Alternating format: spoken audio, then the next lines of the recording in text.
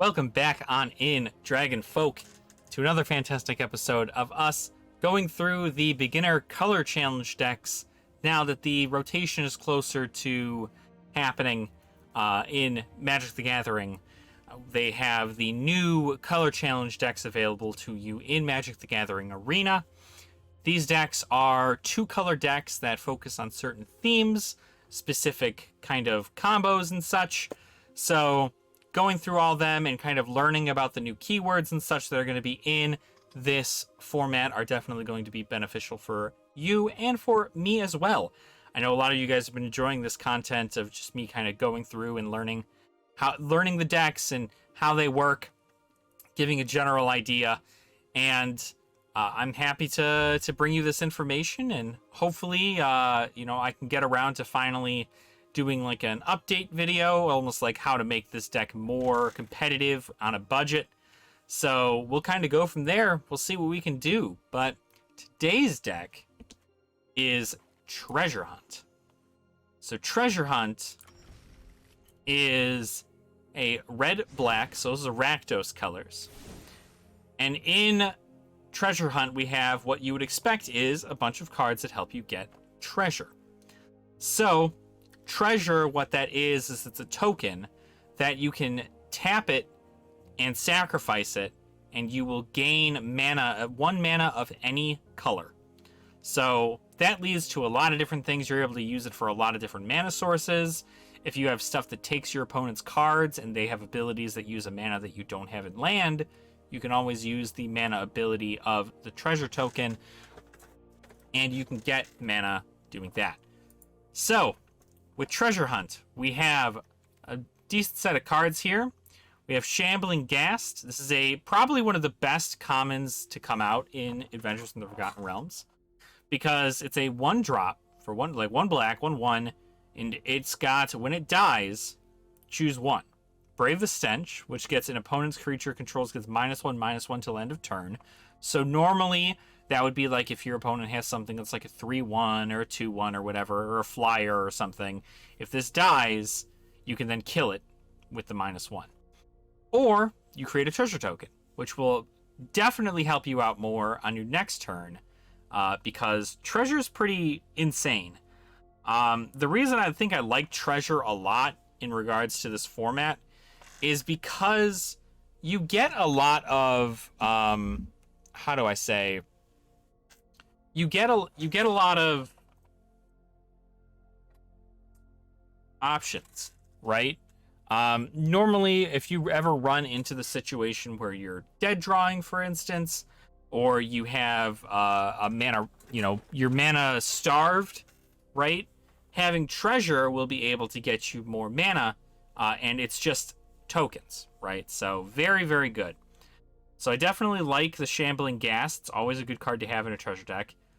Unwilling Ingredient. This is another 1-drop. It's got Menace, which means it can only be blocked by 2 or more creatures. And then you can pay a black and 2 to exile it from your graveyard, draw a card, and lose a life. So it's got an extra ability in the graveyard, always good. Deadly Dispute.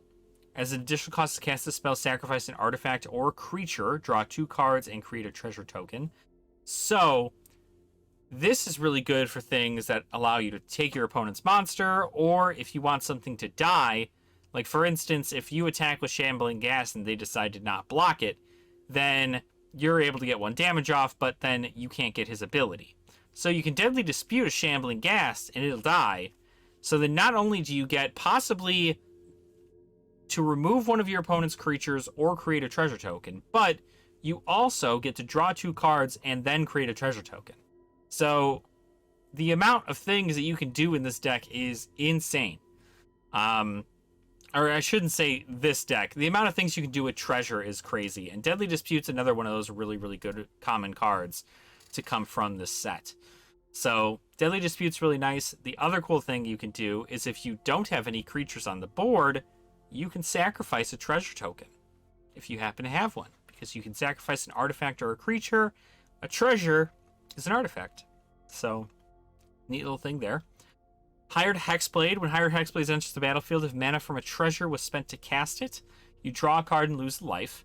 So this kind of is one of those things where they want you to use treasure on it to draw a card and you lose a life. But you don't have to. It's a 2/2 for 2, so it's alright. A Thieves' Tools, another really, really good common. It's a equipment. You pay for 2 and then equip it for 2. When it enters the battlefield, you create a treasure token, and then equipped creatures can't be blocked as long as its power is 3 or less. So those are really nice for certain cards that you can get, kind of like what do you call it?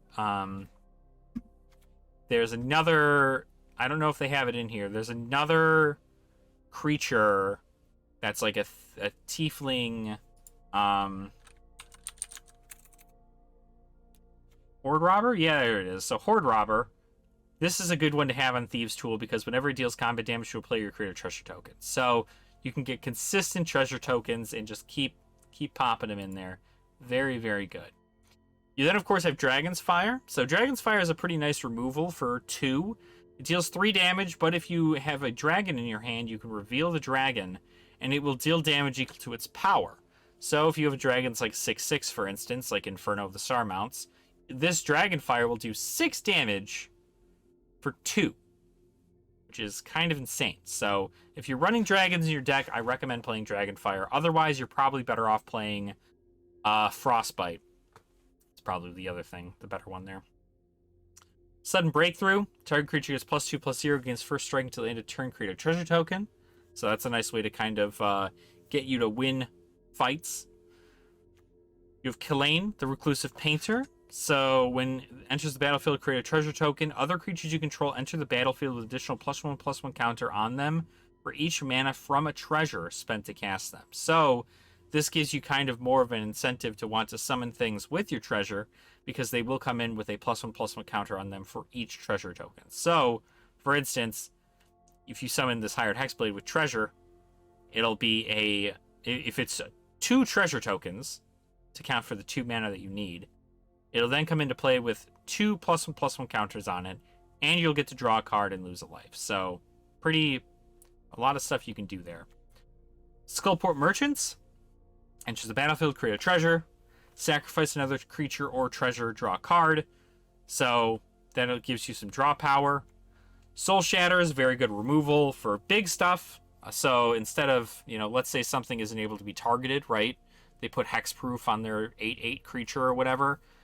Play Soul Shatter, and it will get rid of... play Soul Shatter, and if the 8/8 creature is the highest mana value among creature cards they control, they have to sacrifice it, so it doesn't target it. It targets the opponent, so it's very nice. Magic Missile.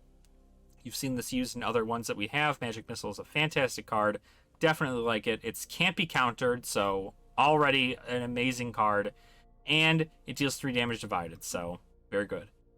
Zorn, this is one of the rares in here. If you create 1 or more treasure tokens, instead create those tokens plus an additional treasure token. So, if you end up getting him on the board, and then you also make a treasure token, you make that +1. So, several treasure tokens. Very good. Grim Bounty. Destroy target creature or planeswalker. Create a treasure token. This costs 4, but destruction, very good. Hoarding Ogre. Whenever Hoarding Ogre attacks, roll a d20. And this, depending on what you roll, you get to create that many treasure tokens. So, very nice. Jaded Sellsword. If mana from treasure was spent to cast this,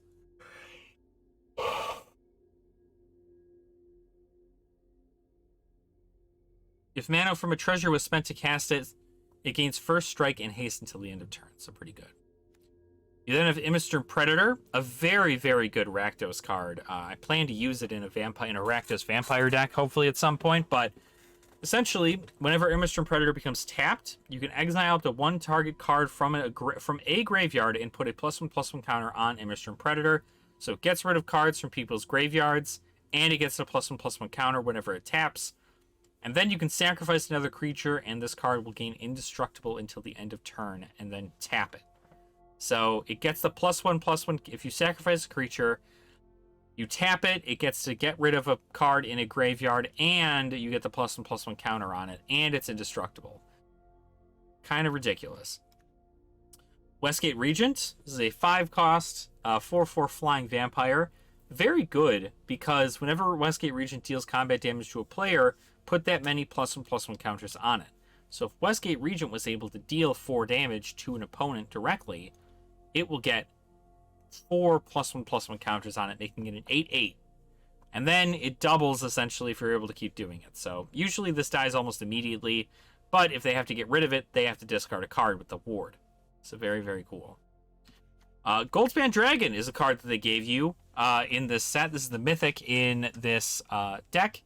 Goldspan Dragon's probably one of the most sought-after cards in the current standard meta, because of the fact that it has such a powerful treasure opportunity for everybody.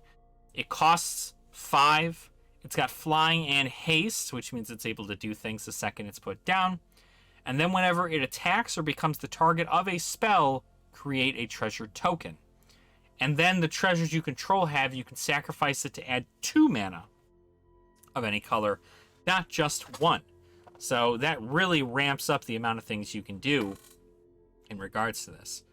Red Dragon deals 4 damage to each opponent, so it's kind of just a big dragon to get out. Nothing crazy here, but it is a flyer. Flyers are usually pretty annoying. And then you have Orcus, Prince of Undeath. Now, this card's seen some play in Rakdos Flyers recently. I think I saw some stuff in regards to this.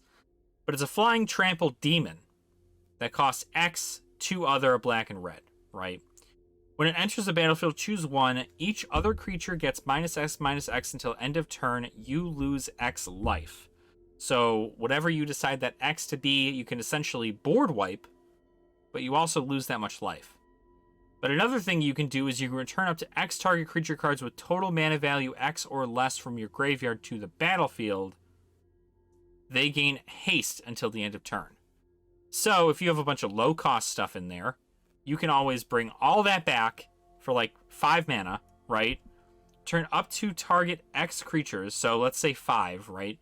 You can return up to 5 target creature cards with total mana value 5 or less from your graveyard to the battlefield. They gain haste until the end of turn, which means that theoretically you can get something like Zorn and Kalane back to your field because it costs 5.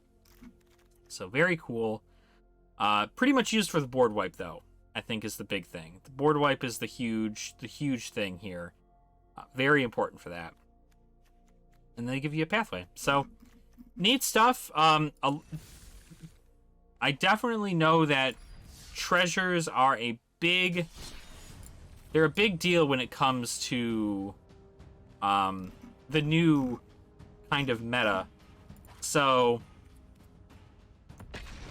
definitely very much so I would say it's going to be a good contender for a good deck. But I'm not too sure off the top of my head. Obviously, we have to play it. We have to see what it's going to be like. I should have done this in Standard 2022 play instead of this. I am actually going to concede real quick. So we went in the wrong one. We want to go in the Standard 2022. The regular play mode as of right now is not for Standard 2022. It is for the old Standard. So we are going to do 2022 play, treasure hunt. We'll check this out. So, like I said, the rotation's happening soon. So definitely something you're going to want to keep in mind whenever you are kind of getting your stuff together and trying to figure that all out.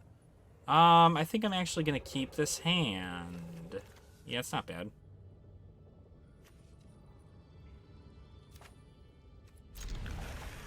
I much rather would have had a Shambling Ghast, but Shambling Ghoul. But it's not bad. Let me turn on the audio just a little bit. Okay. So, I don't know if I've made this clear in other things. I think I have in previous videos, but essentially a big problem that I have with Arena is that with Arena, I can't believe that they'd put these cards that have the A on them these cards are actually from older sets. But what they do is they allow them in the standards for Arena, which is not great because you don't want. I'm actually probably.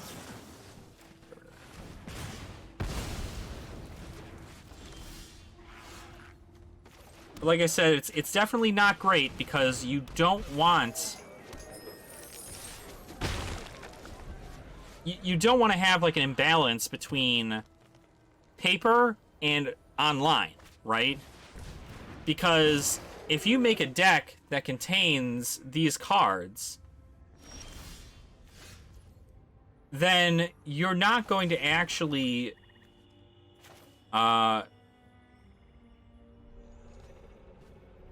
oh, do I need another red? I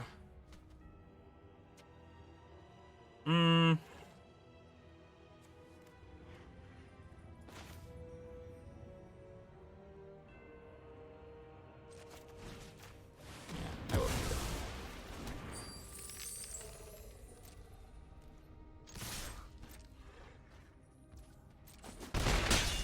So that's kind of that's the issue I have with this set, or with Arena, is that my problem lies specifically with the fact that you can't really do much in regards to having that difference, because no, we're actually gonna do this again.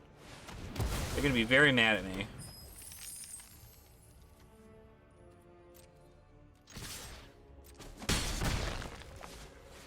But as you can see, I now have 1, 2, 3, 4, 7 mana available to me here.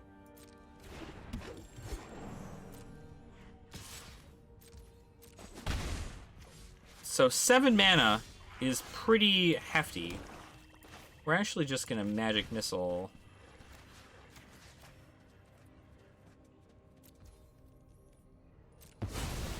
We'll auto pay. That can't be countered. Such a good... The amount of removal you can get from this... This guy's obviously playing with the beginner deck, which is sad, because this deck genuinely is not going to hold a candle to anything that the color challenge decks have. And that's another one of my problems, is that if you're going to make the deck better...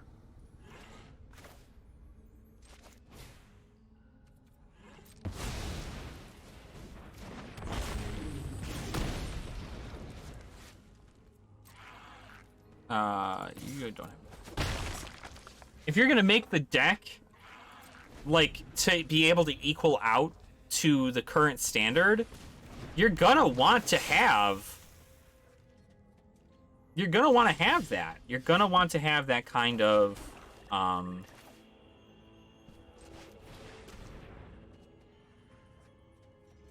that kind of, like, what do you call it?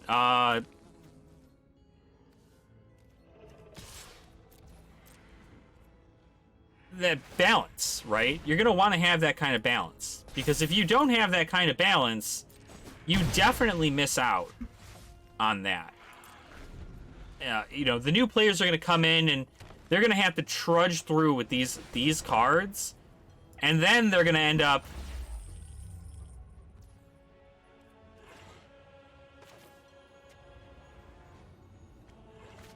Oh no, then they'll both die.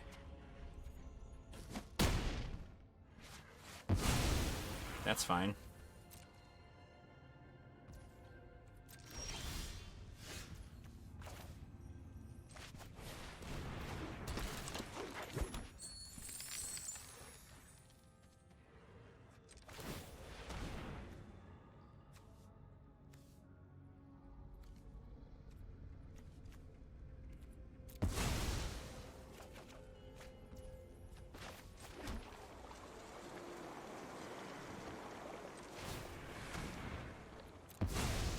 Perfect, because it's not a tap ability either, so I don't need to worry about that.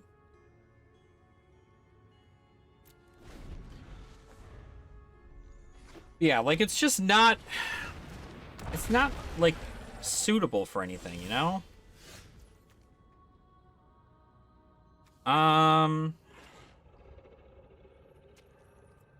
I swing here, I win. Yeah.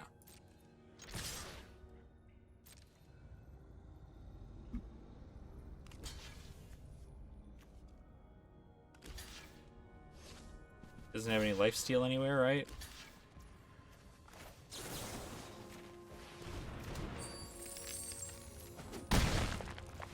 Perfect. So, like I said, I definitely have a problem with... And I don't know whether or not they're going to do anything with it, right? I don't know whether or not the plan is for them to do anything with that, but I do know that it is just genuinely frustrating that you're going to be able to use those cards in Arena, but not in Paper for Standard.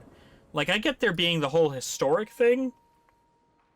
Historic I get, because obviously they're not going to upload, like, alpha cards and all that stuff. Like, that's a lot of work, and who knows? Maybe they do, right, with a remaster, but for the most part, I don't expect them to do that. So, that's kind of where my difference is that I genuinely think that... it could be put together better, I guess, is what I mean. But definitely Kalane.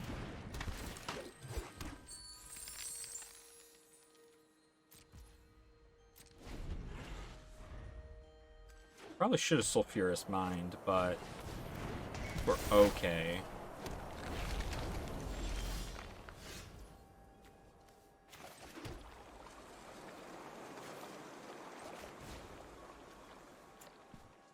We'll actually just pay you. I don't want to waste my thing there. Like, that's really good. I will just block this. Take 4.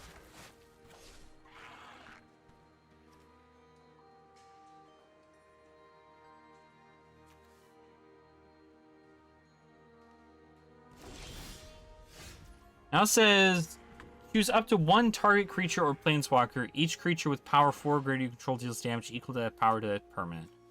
So...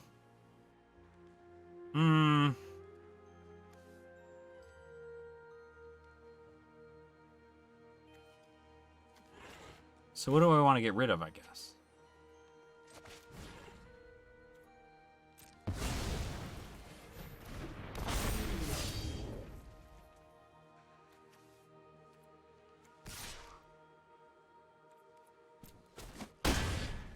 So they're probably going to kill it.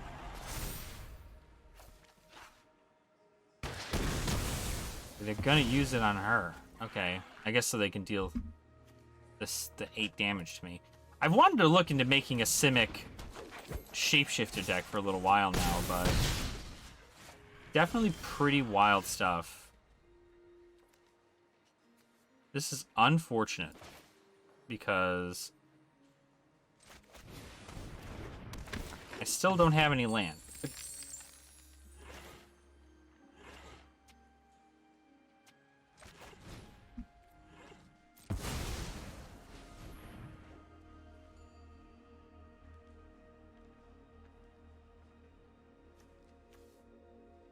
I still have no land.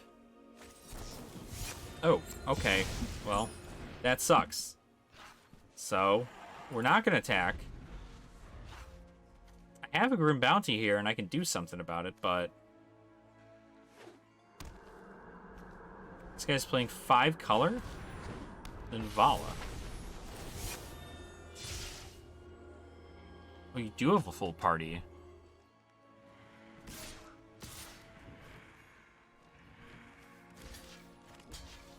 Alright, I guess I'll kill Kalane. That's a pretty... You know, I like to see it, too. It's unfortunate, though, because I can't do anything here, so we are going to concede. Sometimes... Need to... And our losses there. That was definitely a very good beginning tactic from them, but fortunately won't happen. But yeah, so like I'm saying, like, I think the idea behind having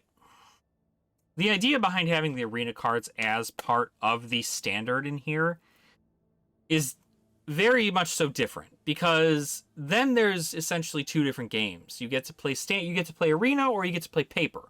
And if you're going to play on paper, you can't net deck stuff that you fight on arena, because it might have cards that are not part of the standard. So sure, not a terrible hand. I have Kalane, so I can Kalane and then hired Hex Blade.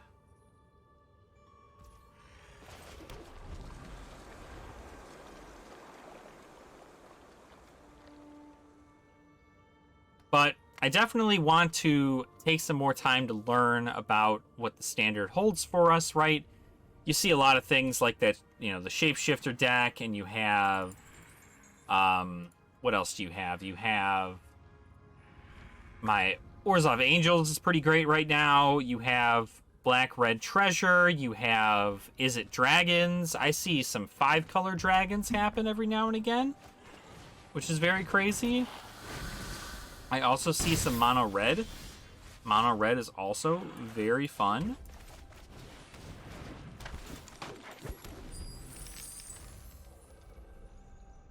So I'm assuming this is mono red with their full red Inferno of the Star Mounts sleeves, which is such a good art. I definitely want to pick those up in paper. There's the Fireblade Charger for sure. See, then that's what I'm talking about. Because you can't play Shock.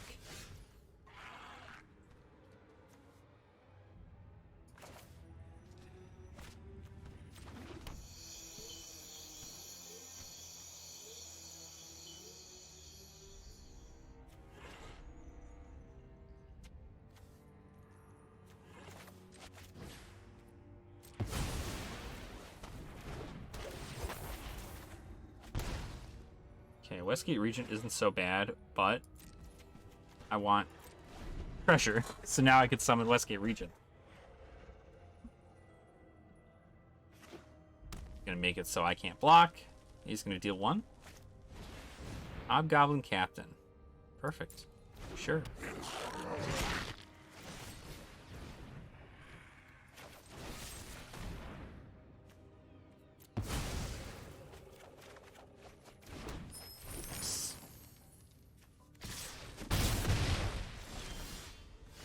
All right, time to absolutely kill that.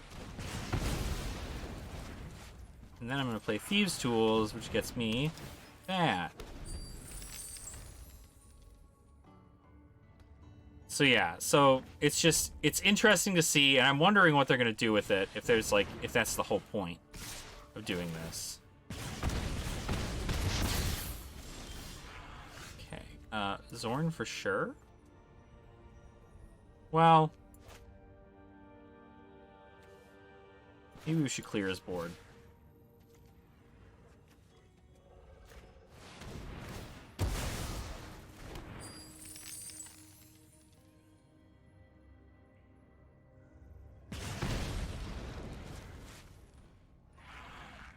Now I could still summon it, but I won't. To the mire. We'll just end our turn.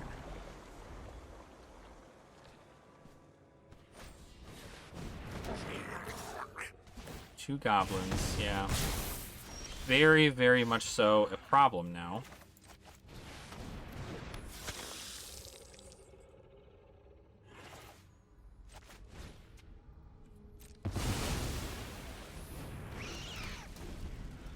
Okay.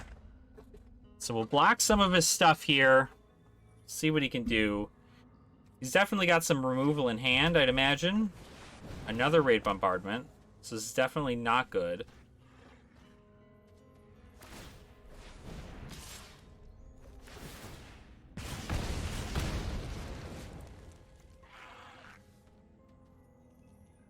He he chose so his creature can't block.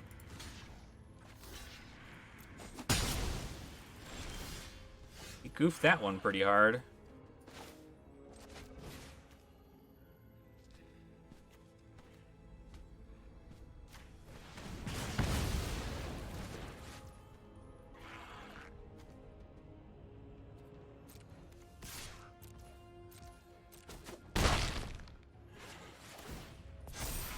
Bam. A third raid bombardment. Okay. But if he attacks, he dies, so... That's fine. Deal 3. I mean, there's not really anything I can do in regards to this.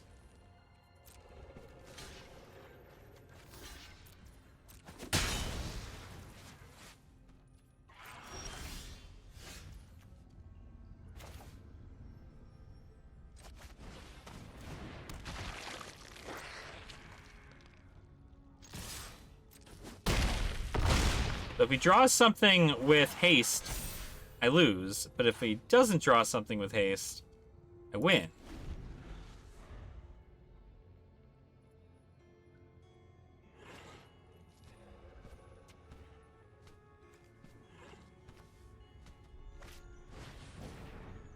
Wow. Wowee. Rough. You hate to see it happen.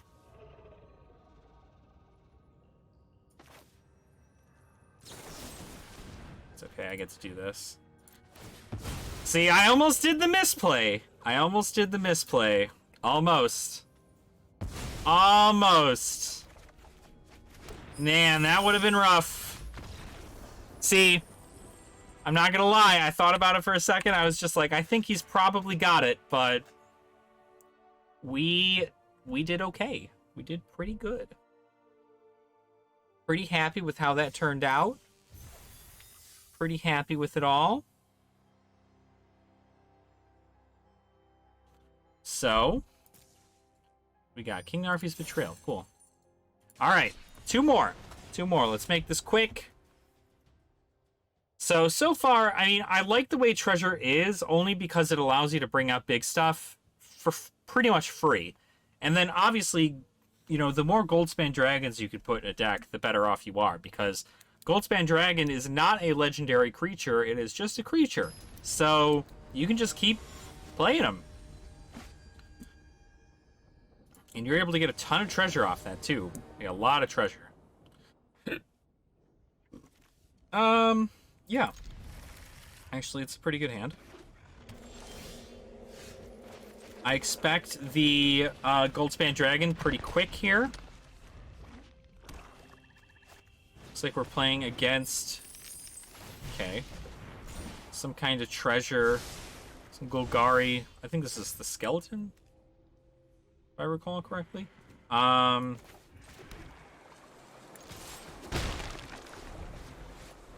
So let's see. Two basic lands, suppose kicked. Okay. So he's definitely ramping pretty hard. What he could be ramping for, I have no idea, but we're gonna find out. Scoot. Now, do I have... I don't have anything to stop that.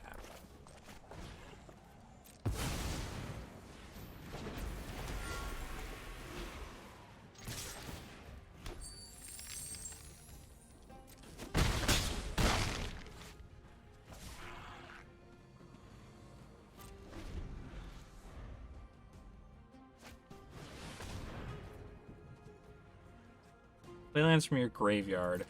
So no removal in my hand is definitely not helpful right now, but...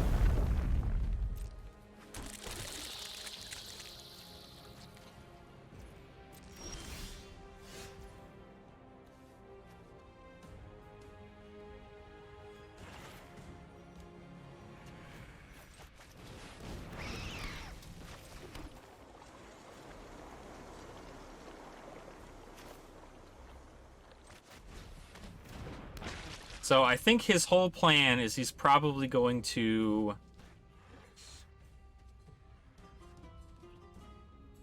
I could wipe out all of his things before they turn crazy, though.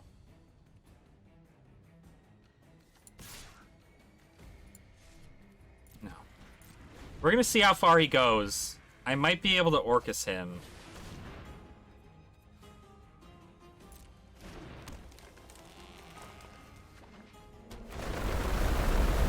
Got it.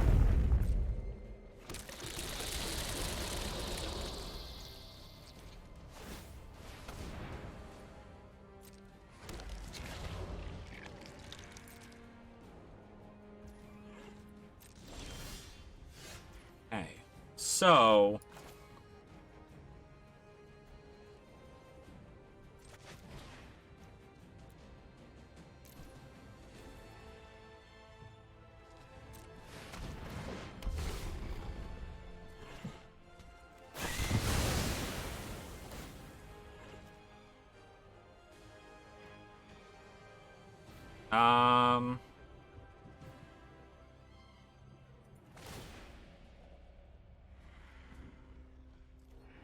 Let's create a bunch of treasures.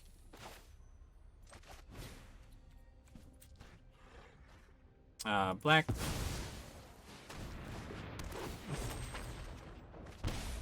Okay, and an Immerstern Predator.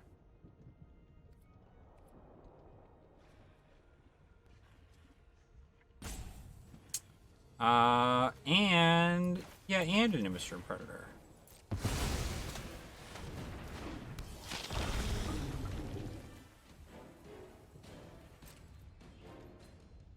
So I could swing, but I die, so I'm not gonna do that.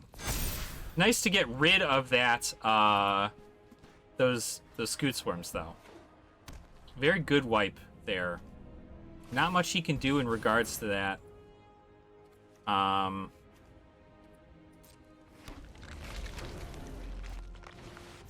Another Maskwood Nexus.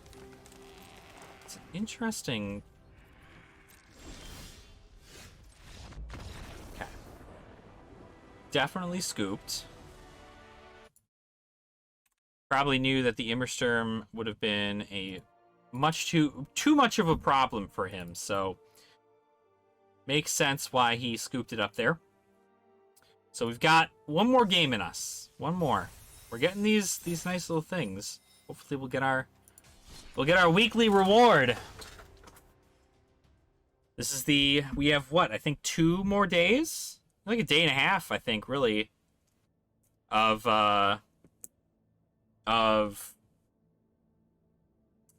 this rotation. So Innistrad Midnight Hunt is going to be coming out pretty soon, and when Innistrad Midnight Hunt comes out, you're going to be seeing a lot of different decks, a lot of testing, a lot of theory crafting, a lot of other things. So I'm very excited to see kind of where it takes us, right? But we'll obviously go about it as we will. Yeah, I guess it's actually not bad.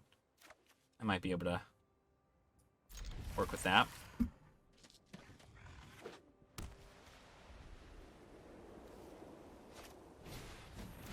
Sightsail Cleric. Okay. I think this might be the other red-black or red-white Oros sect. Is Armed and Dangerous? If this is Armed and Dangerous, the odds of us winning are probably pretty low, but...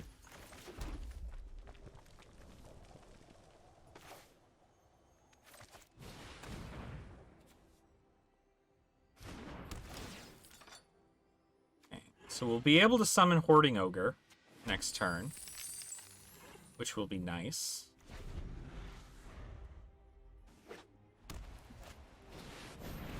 Okay. Think. So that's going to have a lot of damage on it. It's going to be very difficult for us to do that. We are definitely going to end up doing this instead. Well, what is that going to have? 4-0 or 4-1. So we should, yeah, we should do this. Definitely want to Immersturm. I can always sudden breakthrough and then get a treasure. I might have to let this through, though. Yeah. Probably let this through first. Very, a lot of damage, but very much so important.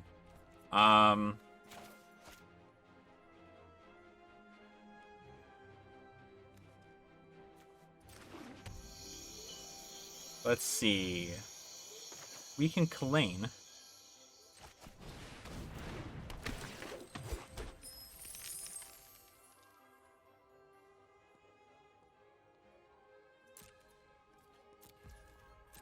Alright. So obviously we gotta take it a little bit slower. Boros is a very aggressive deck. So I'm expecting there to be a lot of...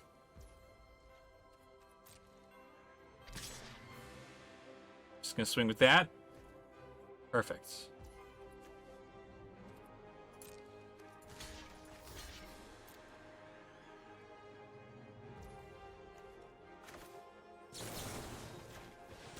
I get first strike. Do you have something to give you double strike? Or first strike? No?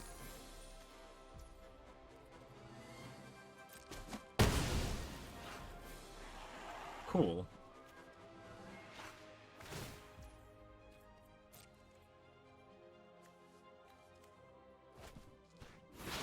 Okay, foretold. I can't remember what's in that deck. What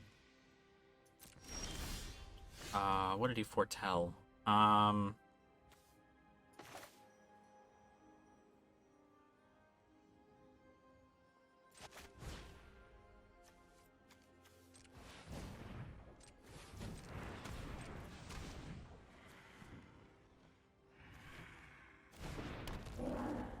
Got it.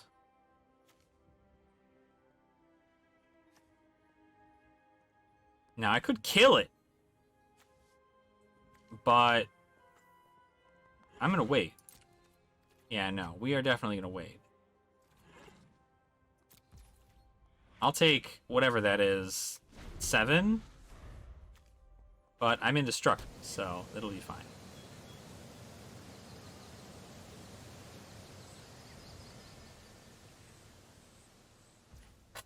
Don't know what he'd have here, but... Okay.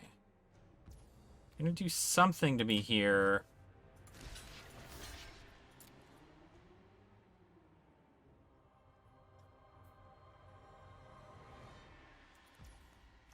Okay.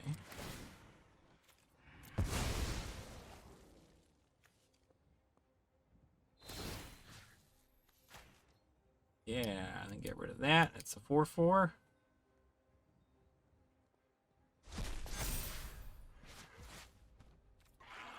I think he's wondering what he's going to do here, but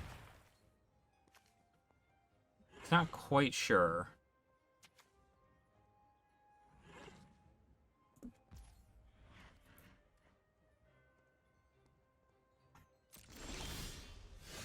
Okay. We are going to unwilling... Well... Yeah, we're going to unwilling ingredient. I lose to, like, a lot of damage, so I definitely don't want to...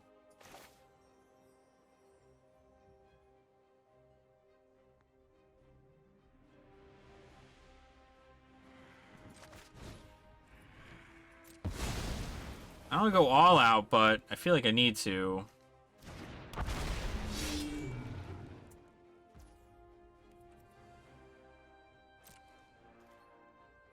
I want treasure, I want this. Nice, 2 treasures.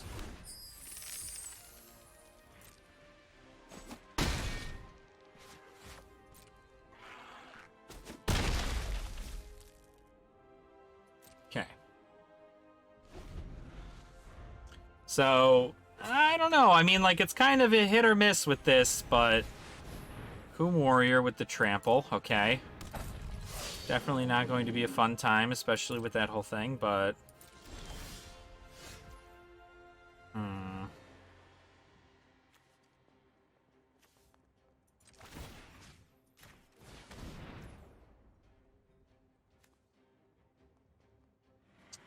Well,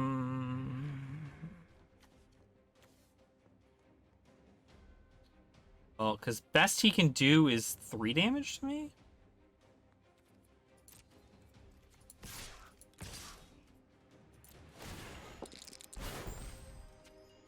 Two more treasure tokens. Awesome.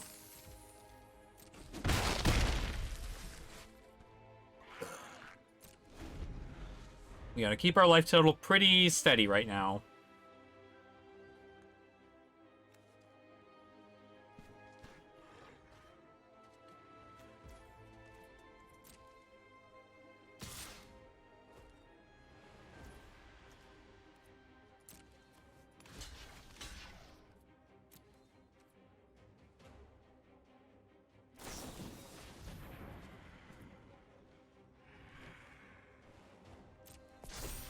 That's fine.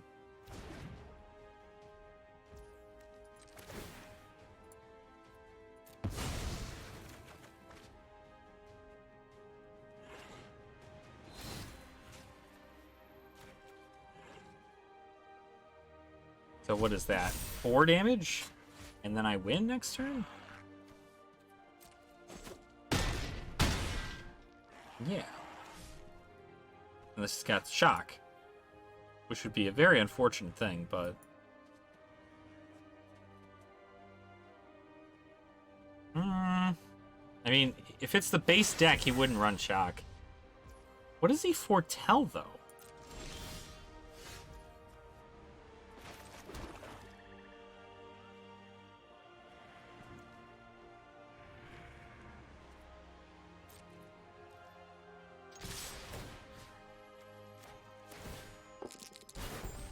Okay, treasure token.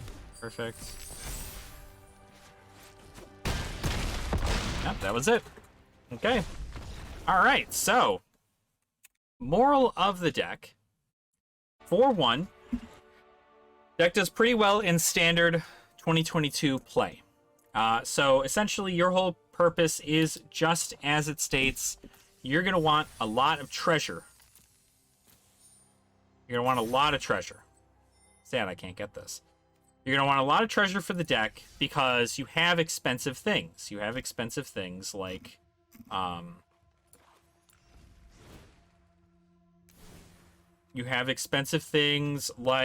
Amistrum Predator and Westgate Regent and Goldspan Dragon and Red Dragon and Orcus, right? I think the big thing to get a bunch of treasure for is for Orcus. Because with Orcus, you take all your treasures, right, and you could wipe the whole board. Clean slate. Like, if they have, like, 8 8s on the board and you have a ton of treasures, wipe the board, and it'll be nice. So, definitely a fun deck to play. Same concept, right? Obviously, remove if you need to remove things, but for the most part, a lot of it is just straightforward damage and destruction, while also keeping all your stuff alive. So... a lot of it is just making sure you deal damage to your opponent as absolutely hard as possible. So, but that's pretty much it for today's episode of learning about the Magic the Gathering Arena decks. So, if you guys enjoyed this treasure hunt deck profile, feel free to go ahead and like the video and also subscribe to the channel as well. I like to bring out a lot of Magic the Gathering content for you guys. We also will sometimes dabble in other card games, but it's mainly Magic the Gathering. And kind of a way for you guys, the players, in order to kind of learn about what mechanics do what, how they're well utilized, how best to make them better, right? Eventually we're going to do things where we make some kind of rogue decks and make them... play them in their matches and see exactly how they stack up to the competition. But like I said, a lot of this is going to change probably the next time you see a video like this, because the format's going to change. There's going to be a lot of new cards in Innistrad Midnight Hunt that are going to be out, so there's going to be a lot more things to go up against. But of course, we're going to fight them as we do, and we're going to learn what cards will be useful for these decks in the new set as well. So thank you so much. Please make sure to drink your water, eat your vegetables, and don't be a dick. and I will catch you guys on the next episode. All right. Nerd out.